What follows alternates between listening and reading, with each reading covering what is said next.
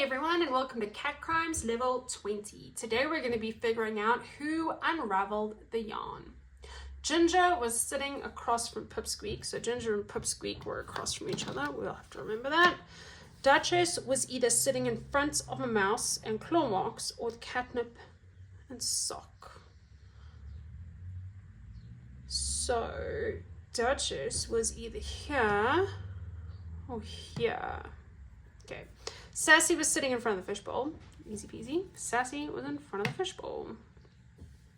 Tomcat was sitting next to a cat wearing a bell. So Tomcat was next to Pipsqueak or Mittens. Pipsqueak was not sitting next to the fishbowl, so Pipsqueak is not sitting here. Which means Ginger and Pipsqueak must be in one of these two spots. Okay. Mr. Mittens was either sitting in front of a bell, ball, and paw print here, or catnip and claw marks here. Okay.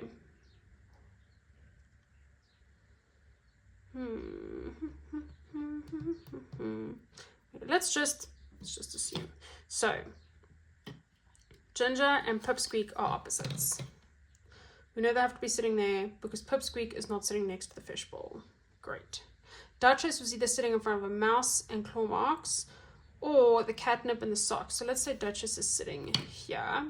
Sassy was sitting in front of the fishbowl. Tomcat was sitting next to a cat wearing a bell. So Tomcat is here. Then Mr. Mittens was either in front of a bell, ball, and paw print or catnip and claw marks. So that is wrong. So let's go back and let's swap these two. So let's say Ginger is here and Pipsqueak is here. Duchess was either sitting in front of a mouse and claw marks or the catnip.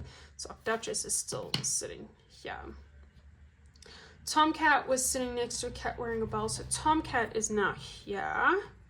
And then Mr. Mittens was either sitting in front of the bell, ball, and paw print or a catnip and claw marks.